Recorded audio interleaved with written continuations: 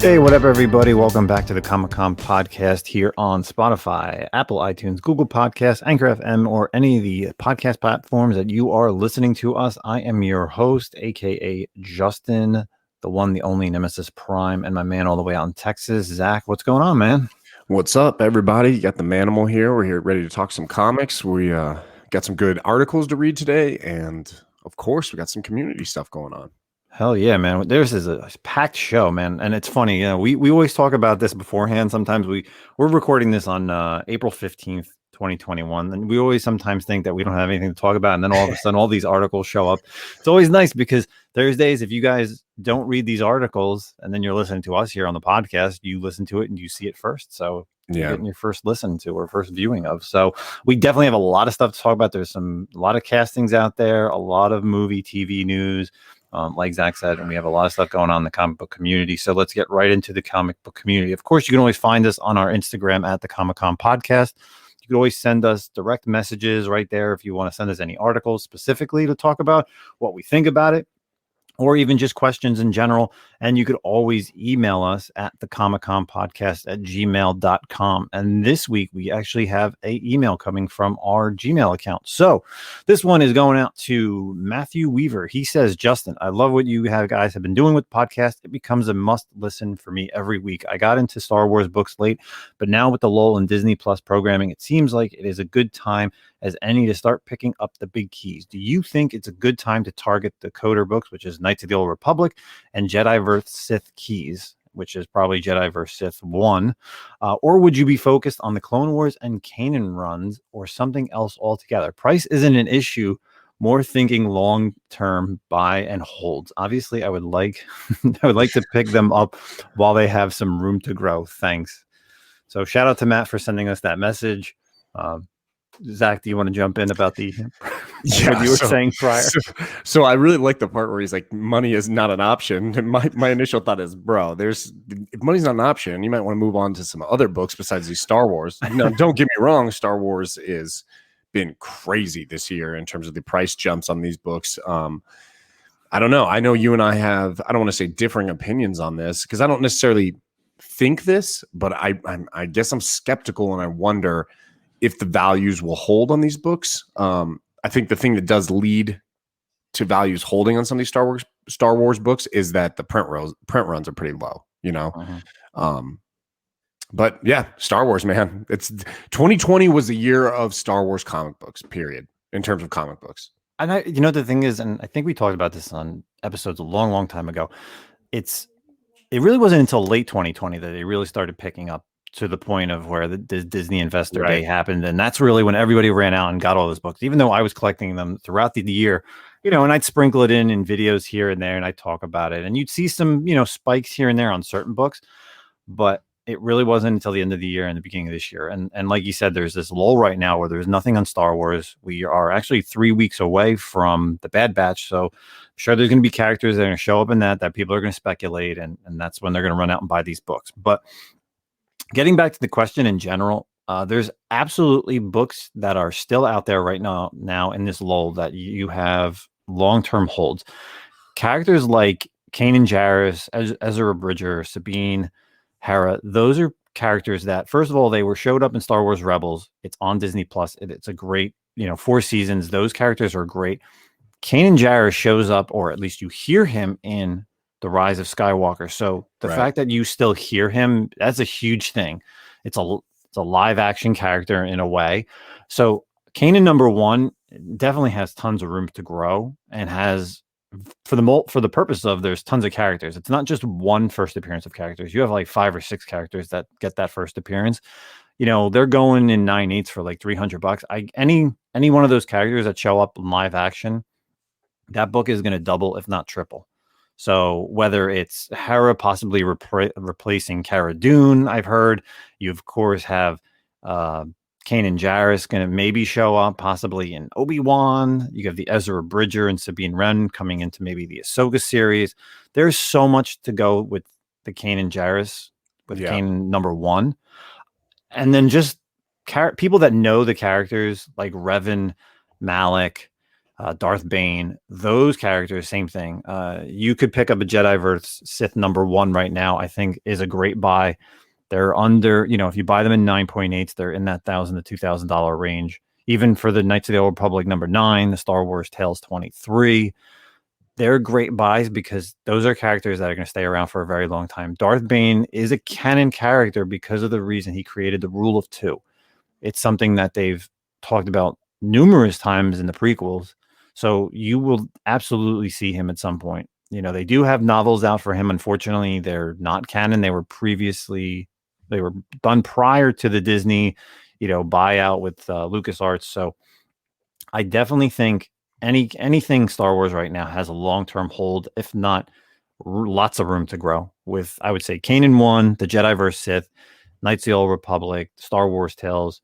Definitely, those are the places that you want to be picking up those characters. I think, and even Dr. Aphra, she's. Oh yeah.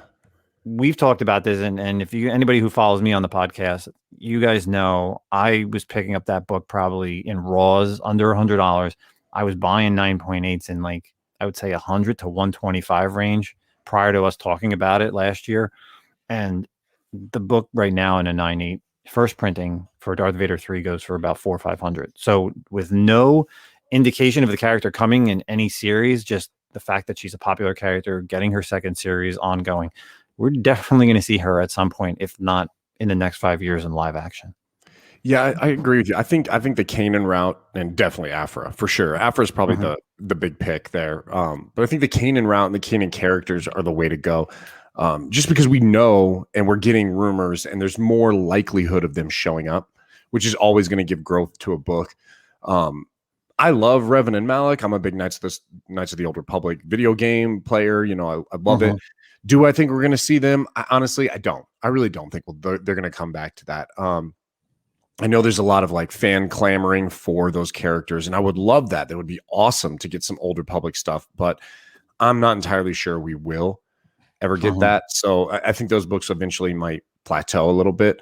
And I think because you've seen with Star Wars right now that, look, High Republic, the era of High Republic, the age of the High Republic is their big focus right now. And we're still doing things with the Mandalorian and that time zone. So after time zone, that time frame after Return of the Jedi, that's where the focus is right now for Star Wars currently. I don't know if we're going to go further back to the Old Republic. So yeah, I agree. I think the Kanan and characters that we're going to see in Mandalorian, Book of Boba Fett, those kind of things. Here's another little one that Justin threw out in one of his Star Wars bonus specs is a Fennec Shand first appearance. Is something to keep an eye out for if that ever shows.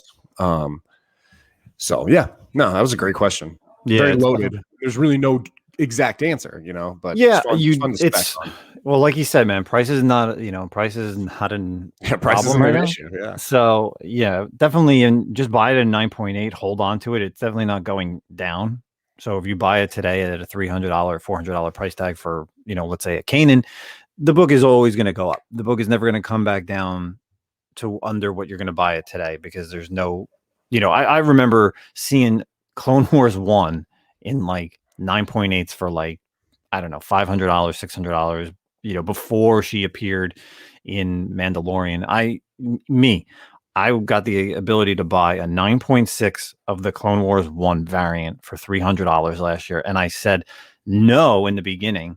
And then literally 2 weeks later, when the guy got the book from CGC, he said, "Are you sure?" And I was like, you know what? I was like, I'll take it. I never thought the book would be a 2K book now. Yeah. It's just gone up like crazy. In 9.6s, if it was a 9.8, I'd lose my mind. But the fact that I almost passed on it at 300 and now it's 2K, not even just over a year later, I would have shot myself in the foot. And that's why I always look back and say that book, and even my Edge of Spider-Verse 2 Greg Land variant, I almost passed on that for $30 on day of release, and I never looked back. Yikes. So anyway, that's a great question from Matt. Again, if you want to send us messages like that, send it directly to our email at thecomicconpodcast@gmail.com, or direct messages directly on any of our Instagrams or on the Comic Con Podcast's Instagram account. So let's get kind of right into our TV and movie news. We have tons of stuff to talk about. Yeah, and I even First found up, another article also perfect, that perfect. we'll talk about towards the end. So we have some DC films that are coming up. We have some castings in those films. So we have one from Black Adam. I'm going to take the Black Adam one if you don't mind, Zach. Nope, for sure. So this is coming out of Heroic Hollywood. So Sarah Shai may be revealing her role in the upcoming Black Adam film. So of course she is, and this is funny. I kind of went to her IMDb and I knew nothing about her, but you said she's really hot. Yes. So before I even went on the IMDb, I went to look and see if I knew her from anything. I don't know her from anything. Oh, no? No, nothing at all.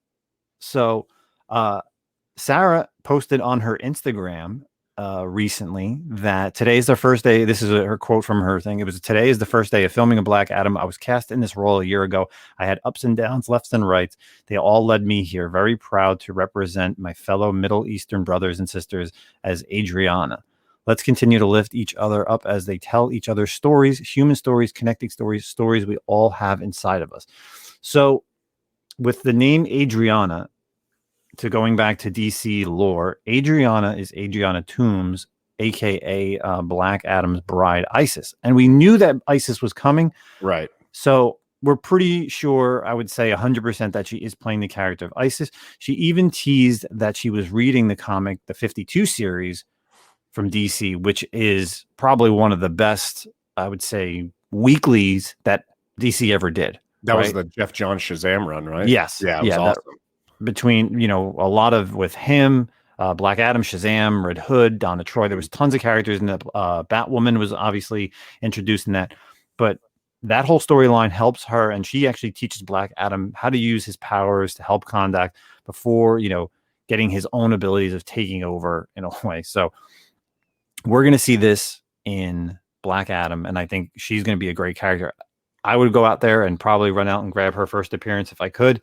I'm sure I have a copy, but now's the time, guys, because when she shows up in this film, you're going to be like, damn, I missed a cheap spec.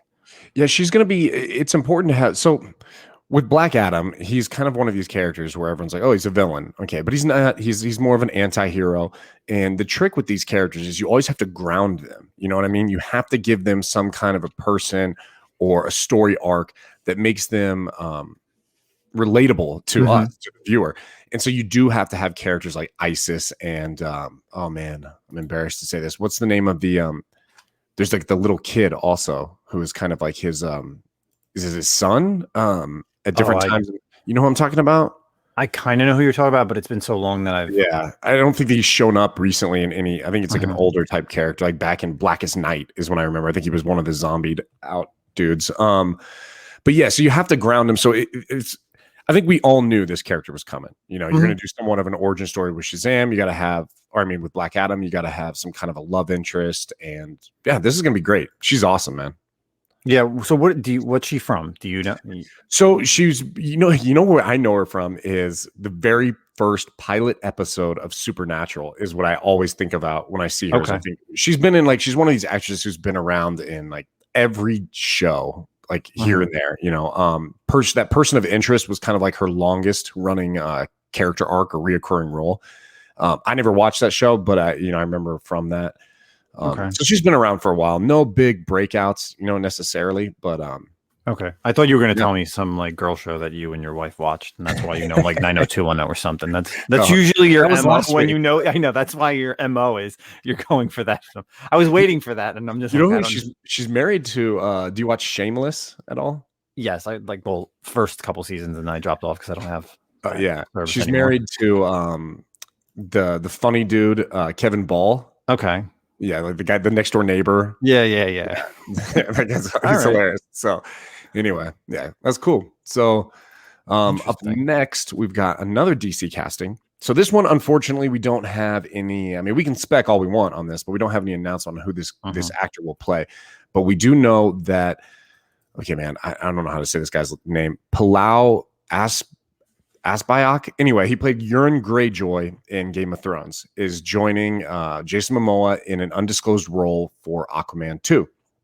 So we all know him from Game of Thrones as Euron Greyjoy, which, a lot of people complained about the end seasons of Game of Thrones, but I think we can all kind of agree that the character of Euron Greyjoy was pretty awesome. And this actor crushed it as that character. So most likely he's probably being typecasted as a villain, and he'll be some kind of a bad guy. I don't know, man. Aquaman doesn't have this whole like rogues gallery. You know what I mean? You got Black Manta, you got Ocean Master, you got the dudes from the deep, the trench. I mean, but like, what other villains does Aquaman have? The only other one that I can think of is, excuse me, the character of what's his name? He's like really old school. Scavenger. Okay. He's like super old. Like I'm talking like super old as a DC character who really I don't even think was in like the Jeff Johns New 52 run. But he's like one of the only other characters I can think of. You know, there's like King Shark is another person that Aquaman fights. And then there's the King of Atlantis when they did the first King from the New 52 run. But I think that's the only other character that he could be if he's the villain. Yeah, so I mean, I'm actually looking at a list right now, and yeah, you named some of the Aquaman villains, like King Shark. Yeah, Scavenger shows up here. Nereus, but Nereus has already been cast. That's Dolph Lundgren's character, or the Fisherman. The Fisherman. King Shark. Yeah. So I don't know. Who knows who this could be? Maybe it's I doubt it's going to be any kind of a new character. And even in like the New 52 runs and Rebirth run, there hasn't really been any breakout character. It's been very Ocean Master, you know, really focused around him and Black Manta. It always is. So hard to say, man. Hard to say who this guy's going to be. Yeah, definitely. Well, you know, I guess only time will tell. We know that obviously Jason Momoa is, you know, going to be front and center, and we know that Black Manta is coming back because he survived. Spoiler alert if you haven't seen it, but I would think by now you have, that he, you know, survives his fight with Aquaman, and it's all him and Jimmy Woo, who's funny in that. And I totally forgot he was in that movie until I rewatched it recently. So, you know, we'll see what happens with that casting. So moving on to some other casting news. This one's cool. So this one actually just got posted today. If you guys watched Agent of S.H.I.E.L.D. and you remember the Ghost Rider, so Gabriel Luna from Agents of S.H.I.E.L.D., he actually is cast in HBO's The Last of Us series, you know, co-hosting or side by side with Pedro Pascal and Bella Ramsey. So, you know, Joel and Ellie are already cast, but he's actually playing Tommy, who is Joel's younger brother. And if you guys have played the video game for The Last of Us, you know he's the long-haired blonde guy who's in both games, I believe, if I'm not mistaken. I've only played the first one. I think he's in both games. It's been a while, but what do you think of that casting? You remember him? I like Gabriel Luna. I thought his rendition of Robbie Reyes was awesome. I thought that season of Agents of S.H.I.E.L.D. with him as the Ghost Rider was really cool. And I'm a massive Ghost Rider fan, but I've never really been a huge Robbie Reyes fan. In terms of like the comics, like the way they write them sometimes is a little goofy for me. Even currently, his version of in like the Avengers, he's super powerful, but he's kind of comic relief type character, and that's never really been my thing. But in Agents of S.H.I.E.L.D., I thought he was awesome. I wanted to see more of him. I'd love to see that character cross over. You know, Agents of S.H.I.E.L.D. had a bunch of good things, a bunch of bad things, but it had a bunch of good things, and he was definitely one of them. So good for him. We got 2 years before that comes out. It's set to come out in 2023. He was also wasn't he the Terminator in the last Terminator? Not the last one, but was it? You mean the one where Sarah Connor came back? Yeah. I haven't seen that one. The most recent one. That's him, I believe. Okay. Yeah, I believe that's him. So, Terminator Dark Fate is the Dark Fate. Yeah, Dark Fate, not Genesis, because that's just awful. But he was a badass. He was a badass for someone who didn't talk. I remember in that movie. So. We'll see what happens. You know, Tommy's a great character in the Last of Us series. If anybody's out there who's played the video games, that's good to hear. So, yeah, for sure. What else do we got on the casting news in the world of movies and TV? So another awesome one. You know, it has been a hit since it dropped. I mean, I remember when they greenlit the second season of this show before the first episode even aired. And I'm talking about Amazon's The Boys, right? Everyone loves The Boys. If you're not watching The Boys, you are doing yourself a disservice. And there's been it's kind of been a little lull lately. We did get some good casting news, and, you know, harken back to my Supernatural guy. We got Jensen Ackles got cast as Soldier Boy, right? Is that his name? Soldier Boy. So we now are also getting. They're talking about doing a boys spinoff show. They don't have a title for it yet, but they did just cast the actress Raina Hardesty to play one of the characters in the boys spinoff. You might know her from the most recent couple seasons of The Flash. She played one of the versions of the Weather Witch. So she's been there. But this is really cool. So I'm going to kind of read it, what they say here. So according to Variety, Raina Hardesty, who portrays the young villain on the CW drama, has joined the cast of The Boys Untitled spinoff. The series, which is expected to receive a series order at Amazon Prime Video, is set in an exclusive college for America's young superheroes. While there, the young heroes will test their physical, sexual, and moral boundaries and compete to receive the best superhero contracts following graduation. So if you've read The Boys comic book, it's insane. Like it's just wild. And there are a lot of things that are left out of the show in terms of, you can think of like these teams where they're doing surveillance. The boys are doing surveillance on a couple teams of like the younger heroes, and they're just in these like dorm room houses, and they're basically just having these massive orgies and running around doing drugs. It's wild. And so I think this is cool. It's kind of like, it's going to show a different aspect of this universe. It's definitely very much universe building, and I like it, dude. I think it'll be really cool. I'm excited for this. So now that they're casting people, it should be good, dude. Wonder what they're going to call it. I don't know. Yeah, they haven't really said. University or something. Oh, who knows? But that's I'm excited. I really like the first and second seasons. I think it needs to pick up again for the third season, and spinoffs are always good because it still keeps it within that universe. So you have something to watch. So you can try something different too. You're not bogged down by the main storyline, and so you can kind of go into these different branches.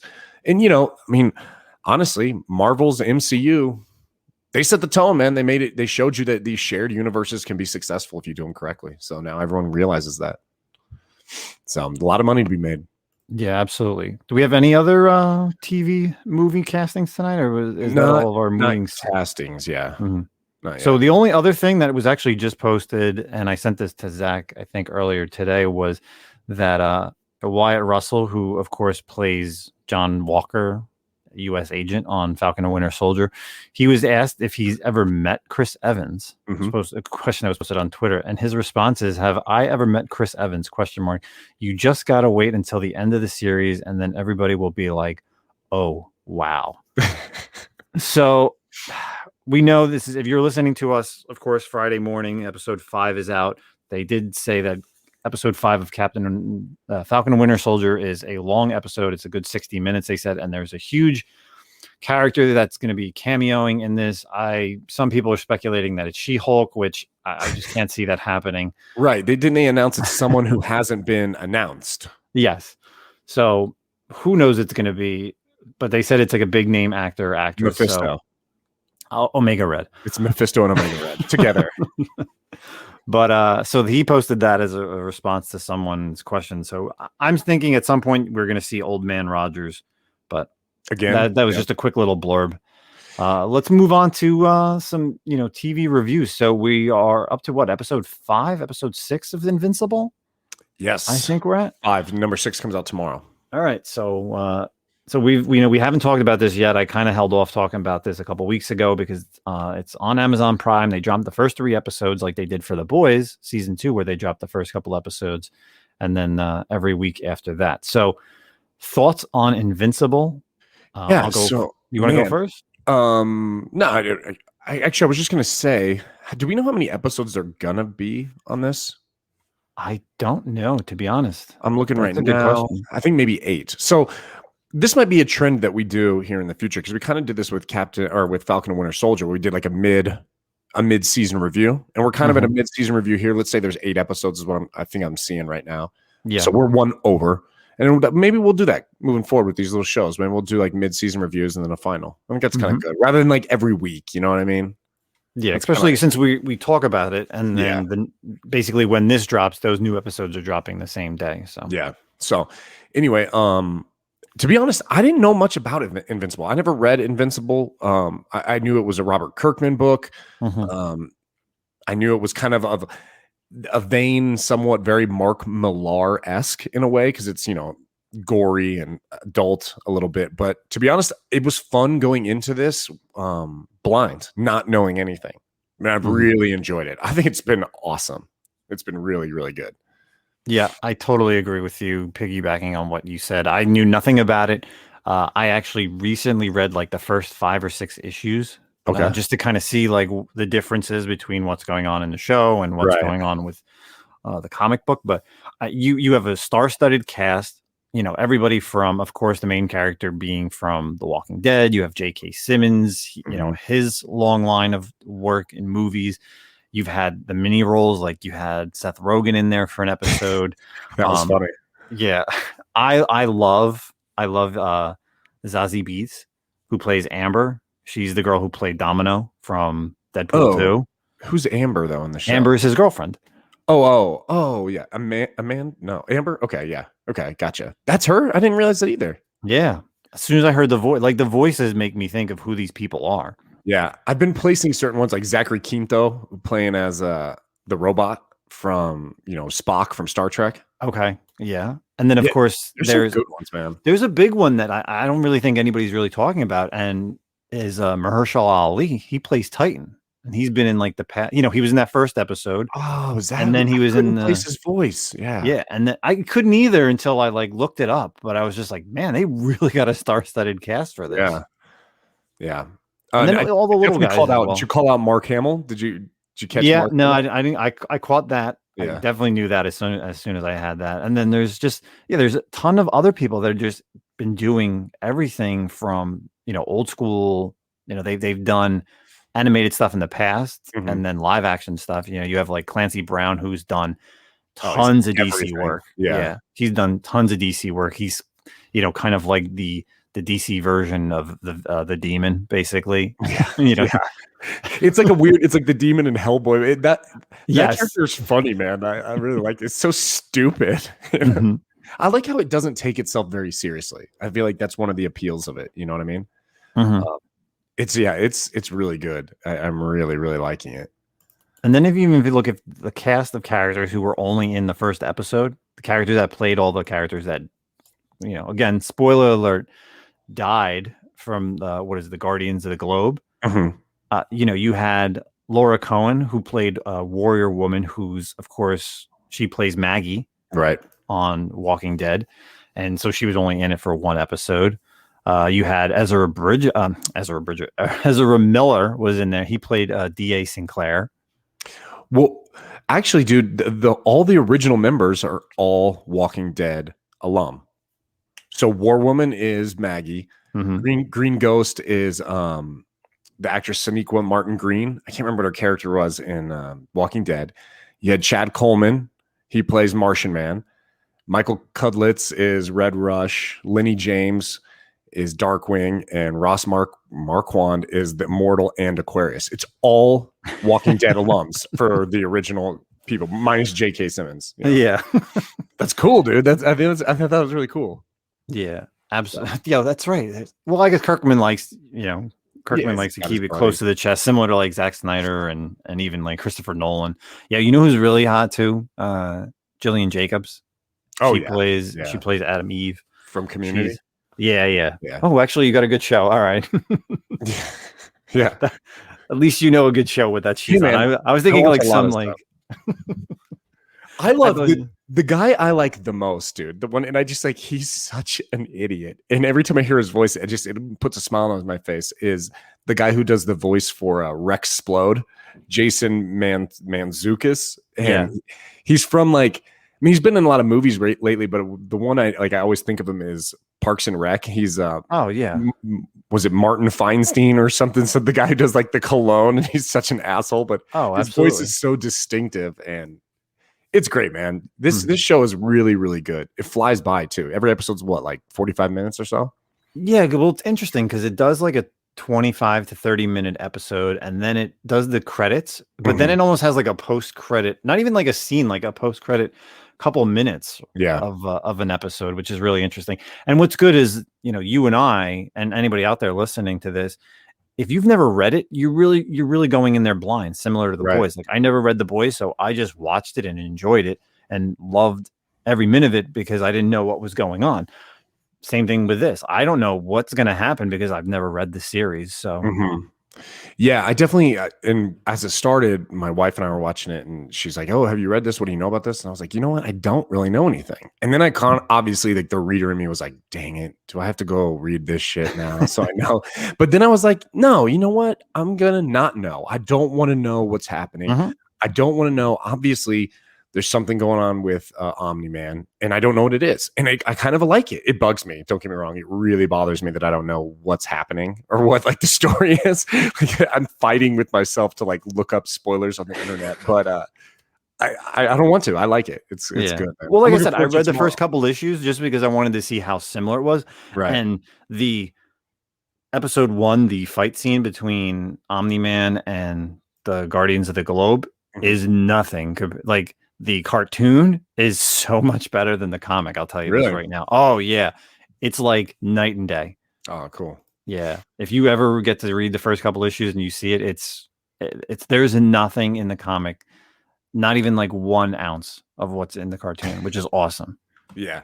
I think, I mean, eventually after maybe this season's over, if I get some downtime, I'll probably go read it at some point, but really enjoying the show. It's awesome.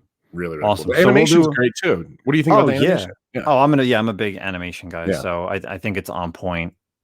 You really, and you feel for the characters, and that's what's good about the animation is it looks like it's from this era. It's not like taken back, and it's pulled right from the comic book, which is nice. So I'm going to tell you something that my wife pointed out, and then after she pointed it out, I couldn't stop seeing it, so it might ruin it for you too. She was like, "Why does it look like every single character peed their pants?" It's like because the shading in like the crotch region always is like there's like shade. And once she said it, now I can't stop seeing. And every character, I'm like, it does kind of look like that person peed their pants a little bit. So I don't know. I guess I'll have to do that. I'll have to go back and watch all these episodes before episode 6 and see who peed their pants. Right. According to you, they all peed their pants. All right, so that's all the TV movie news that we have this evening. Let's kind of move into our comic book section. Zach, you wanted to kind of take over something that we talked about last week? Yeah, so we talked about this last week. We talked about the big X-Men vote. So as you know, in Hickman's universe of the X-Men going on right now, kind of give you an idea, Cyclops and Jean Grey have stepped outside of their roles on the Quiet Council and decided to build an X-Men team, like the official X-Men team for Krakoa. And obviously the writers have their team that they're going to do, but they kind of did this fun thing where they opened up a vote to readers to decide the last member of who would be on this team. So you could vote between these characters. You could vote between Armor, Banshee, Boom Boom, Cannonball, Forge, Marrow, Polaris, Strong Guy, Sunspot, and Tempo.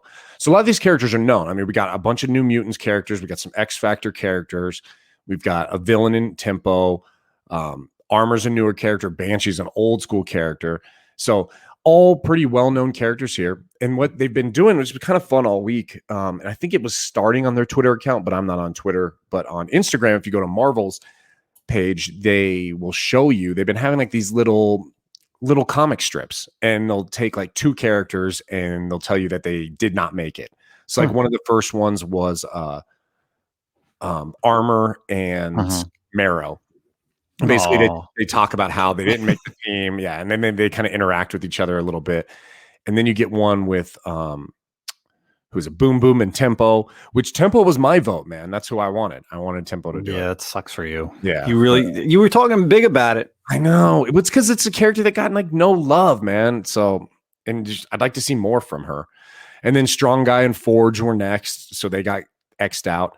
And then you had Cannonball and Sunspot. So the last 2 remaining were Banshee and Polaris. And it got revealed today that Polaris is going to be the new member of the X-Men, which I love Polaris. She's great, but she's already in a title, man. That's what kind of bugs me about this. Like, honestly, take Banshee at this point because he's not in an ongoing title.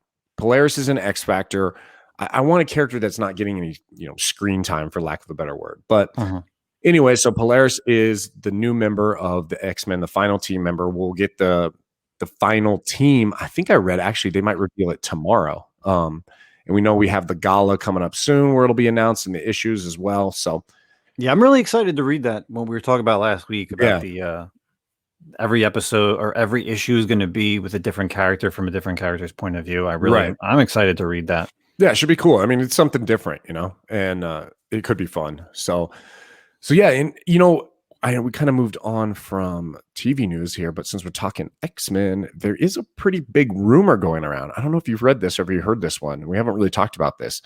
There is a strong rumor going around that Disney Plus is working on a Wolverine anthology series that will introduce the mutant to the MCU, starting with his time in Weapon X. So this is pretty loaded. I mean, we all know Wolverine is Hugh Jackman and Hugh Jackman is Wolverine. So how you cast someone else, that is a daunting feat right there for Marvel to do. But there's talks, and this rumor came from that hashtag show, which I guess, I don't know a ton about them, but they've been pretty spot on other specs and whatnot. So they're I think they're considered pretty reliable. But the idea is this anthology would be an introduction into the character. It would air on Disney Plus, with each season following like different points in his life, starting with like the Weapon X program, how he got his adamantium, and like kind of moving him forward. And we know with Wolverine, he's been, in World War I, World War II, moving through history. So we do have a lot of time for this character to be around. Of course, then we get into the questions of mutants and how long have they been around and where they've been during all this stuff. Why wasn't he part of like Infinity War, Endgame, and all that jazz? So did he get blipped? Did he not get blipped? Exactly right. So we don't know how more mutants are coming. We know they're coming. We talked about this last week with Falcon and Winter Soldier. The debut of Madripoor and the Princess Bar are all very strong Wolverine connections right there too. So who knows, man? I mean, this could be cool. This is a tough character for the X-Men, dude, because you look back at the iconic. It's iconic. You don't want to ruin it. And they need to move on from him, in my opinion, a little bit. Like all the X-Men movies that we've had in the past were all Wolverine focused. You know what I mean? Like to the detriment of other characters not getting not enough story time. So, but he's also such a big character. I don't know what the likelihood of him showing up on a Disney Plus show before a movie is. You know what I mean? Like, would they really do that? To do. So, I don't know. Could be cool. It's an interesting rumor to think about here. So, well, I guess that'll be like a first time anthology series that Disney Plus is doing, right? Yes. Yeah, that'd be kind of cool. So awesome. You did have an article. I don't know if we skipped it in our little agenda today. You got it? No, I still got it. Okay. So for another comic book that's coming out, not too soon. I should actually say it's 2 weeks away. It was actually just on final order cutoff this week, and I didn't pre-order it, and I'm kind of regretting it. But coming out of Boom Studios, Eve #1. There's an article on Bleeding Cool that Eve #1 outsells Something Is Killing the Children and Once and Future. So this is a book that was pre-ordered pretty heavily for the first time, in over 2 years. Once and Future #1 and Something Is Killing the Children fueled reprints to only join up to the 50,000K club. This one had a final order cutoff of just under 36,000 by itself. Wow. So that's pretty impressive for a Boom Studios book. And now basically the article goes into talking about the award-winning novelist Victor Lavaz, who's a new series with the co-artist Joe. I'm gonna totally butcher this name. Joe Me Gain. Yeah, I don't know. I can't help you there. Yeah. So if I completely butchered that one, but it was announced earlier last year at the annual Comics Pro convention about this series. I don't know too much about it. I'm really, now that they were talking about it, I saw it. I should have pre-ordered it. I didn't. But what would you say the over-under is on this? So like with books like Something Is Killing the Children, I'm not for sure. You can correct me on that one, but definitely for Once in the Future, it was. So this book is being they're saying it's only going to be a limited series, 5 issues. What do you think the over-under is that it goes up? Because like Once in Future was supposed to only be 5 issues as well.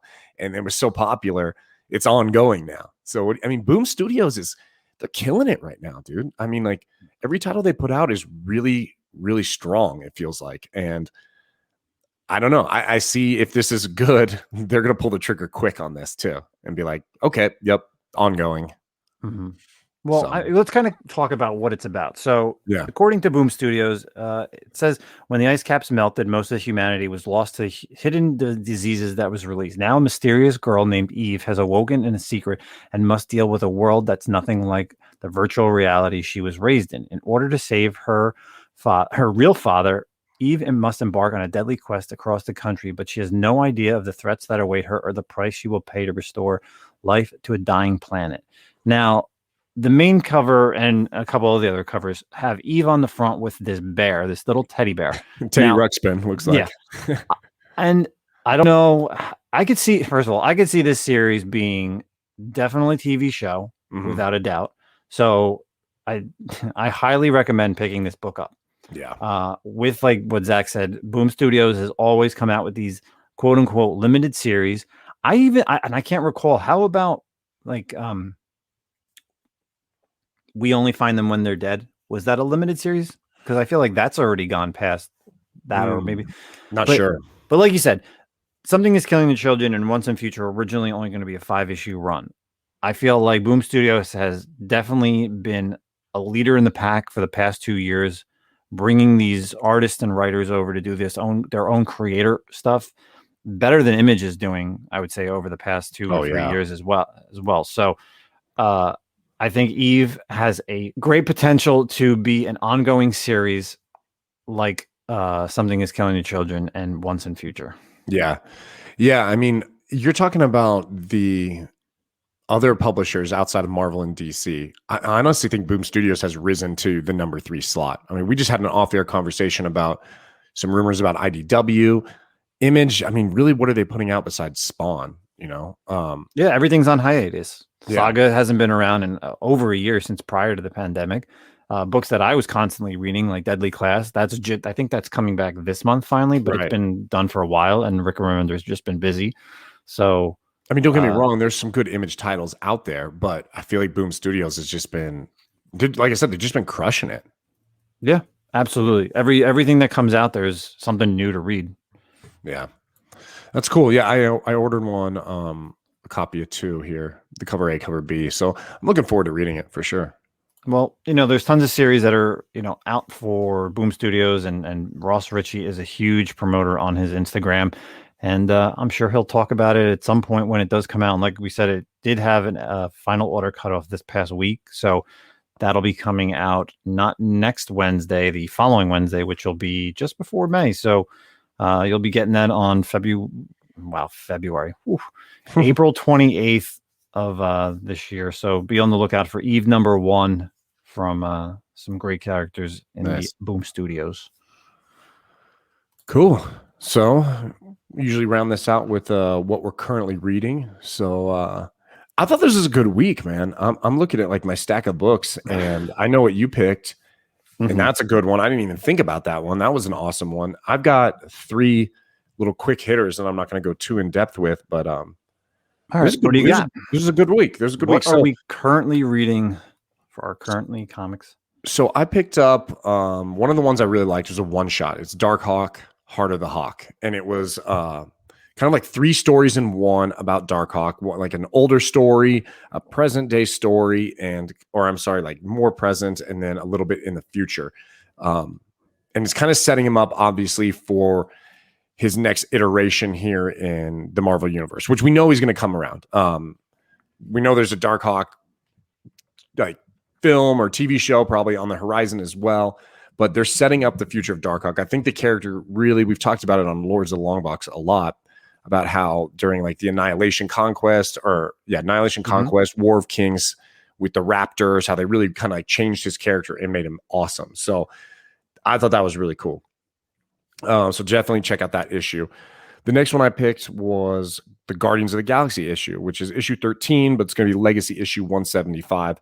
So this just kind of comes off a new storyline. The Guardians are now more of like an official team, I guess, where different space races can reach out to them and ask for assistance. They're almost like the new Nova Corps, so to speak. And the team is growing. And we have like the next 3 issues.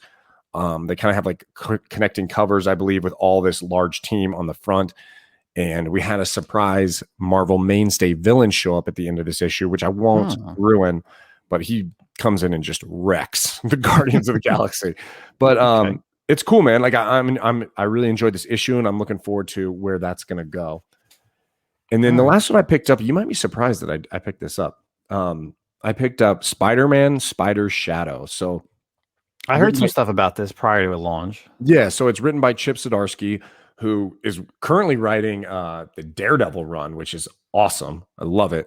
And it's basically a what if story. And I think it's going to be 4 issues. And it's basically if as Peter Parker does not get rid of the Venom suit, the symbiote.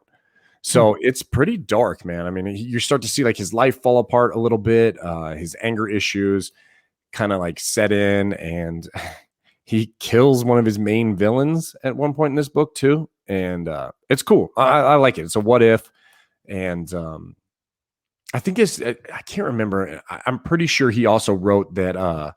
Remember the 5 or 6 issue series with Spider-Man that Chip Zdarsky wrote? It was the 70s, the 80s, the 90s.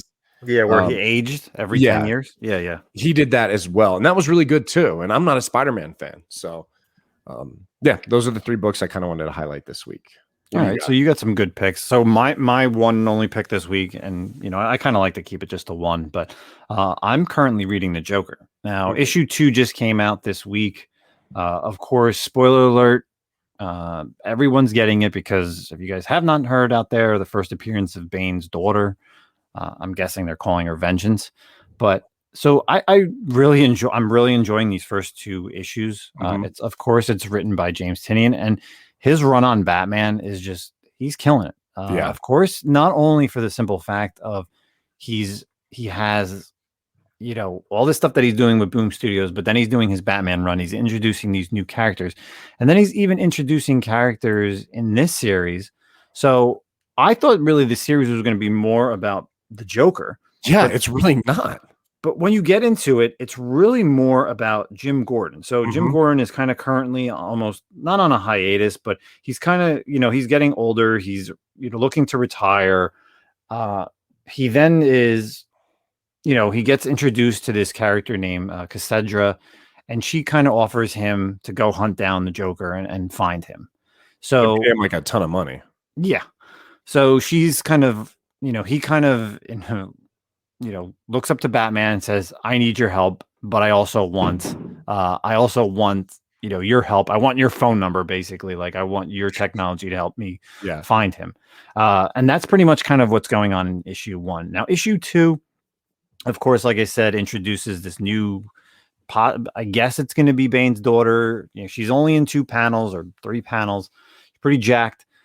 She's basically hunting down the Joker, and the Joker has his own storyline in this. And what's really interesting about these issues is there's like 3 stories in one. So you have what Jim Gordon is doing, you have what the Joker is doing, and then you even have a backup story of Punchline, who they're reintroducing her in the series, and also reintroducing what's her name, Harper Row, who used to be Signal. Right? No, Bluebird. Oh, Bluebird. Yeah, Bluebird from the New 52 series. So that's really interesting. But again, I don't want to spoil too much of issue 2. I really want everyone to get out there and read this one.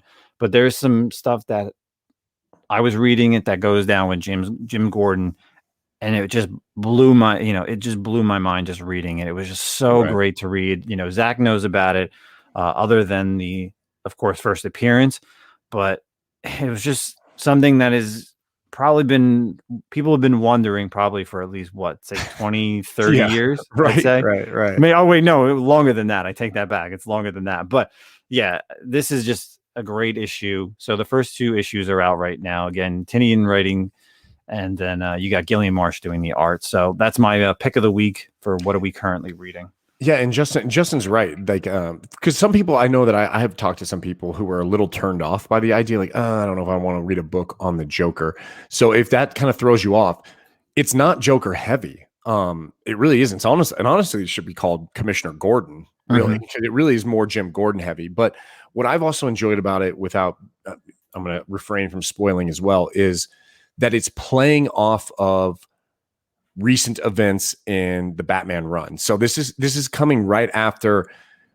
Now you got to remember, Gordon has a ton of hatred for the Joker, not only for the stuff he's done in Gotham, but for shooting Barbara and crippling her. And then he also blames the Joker for the death of his son as well, which just recently happened in the Joker War storyline. So he's struggling. He's really struggling with this idea of like, dude, if I get my hands on him, it might just be time to put this dude down finally, like, which is honestly, I'm kind of like, do it, like, yeah. Why is no one else having this conversation really? But it's really good. I've been enjoying it for sure. That's a good pick. Yeah, definitely. I'm excited to read the next couple issues. So, and I think it's only a limited series. I don't think it's ongoing. You know if it's ongoing? I think it's ongoing for a little while because DC is doing a lot of limited series right now, and they've been like they're listed as like the Crime Syndicate's an issue of 6, the Dark Detective is 6 issues. I think this one is ongoing for right now. Okay, yeah. And I think right now anything really Tinian's writing and on his Batman is great pickups because of the simple fact that he's introducing all these characters, and we haven't really seen a lot of Batman new rogues characters since Snyder did a few. Snyder kind of created. You have the Talon, the Court of the Owls, you have Mr. Bloom, of course, Harper Row, Duke Thomas. So he introduced a lot of good characters as well as a lot of villains, but. Man, Tinian's really killing it since he started right after City of Bane, and now with the Joker, with these first appearance of these characters and what's going on, post the Dark Knight's Metal, what's in his run again still.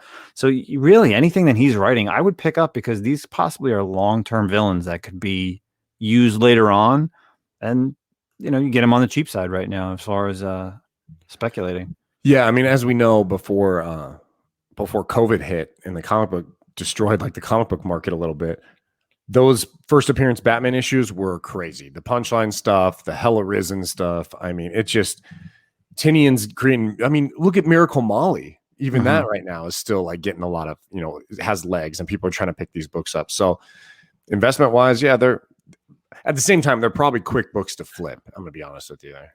Oh yeah. But it is, people are always like, oh, Batman's rogues are constantly being reused over and over again. Well, it's like now we have someone, Snyder and Capullo did it with the New 52. You were really happy to see the Court of Owls. And again, I don't want to spoil things that happened in issue 2, but it's being it's a resurgence. So it's things that you saw. And if you didn't read the New 52, you're not going to understand too much of this, but that's what it is. These characters are going to be created now for the long term of the Batman lore. Yeah. So will this character of Vengeance, that's what I'm guessing, that's what I'm calling her. Where do you get that from? There's one panel where I think they say her name. They say the word or something? Yeah, they say the word Vengeance. So that's where I'm going. That's what I'm going with. I don't know if it's going to be it. Yeah. I mean, because obviously Vengeance of Bane was his first appearance. Right. So, it'd be interesting. It would probably just be simple just to call her Vengeance. But again, it's something that people could see in 5 or 10 years and be a big character, even if it's not a Batman villain, but another Bat family villain. And you're like, oh, well, it obviously relates back to Batman because a lot of the characters that Nightwing, Batgirl, Red Hood, they all fight are sometimes previous Batman villains. So, yeah, so that's it, everybody. Episode 15 is in the books. I have nothing else to say for the evening other than thank you guys so much, guys and girls across the multiverse. Thank you so much for the support for the Comic-Con podcast. We are in talks with some people to have as guests, trying to, confirm some times and dates to do that. We'll probably be doing a live show again soon on our YouTube page. That's all I have. Zach, what about yourself? Yeah, like Justin said, and then kind of want to tease, we have something pretty big, I guess, coming up, and honestly, actually a month from now. And exactly a month from now. We haven't decided what we're going to do yet, but we'll let you know. We got something. Keep your eyes peeled for some announcements here soon. So something fun coming up in about a month. So yeah. Awesome. So that's it, everybody. Enjoy the rest of your day, evening, weekend, and we are out of here. Later.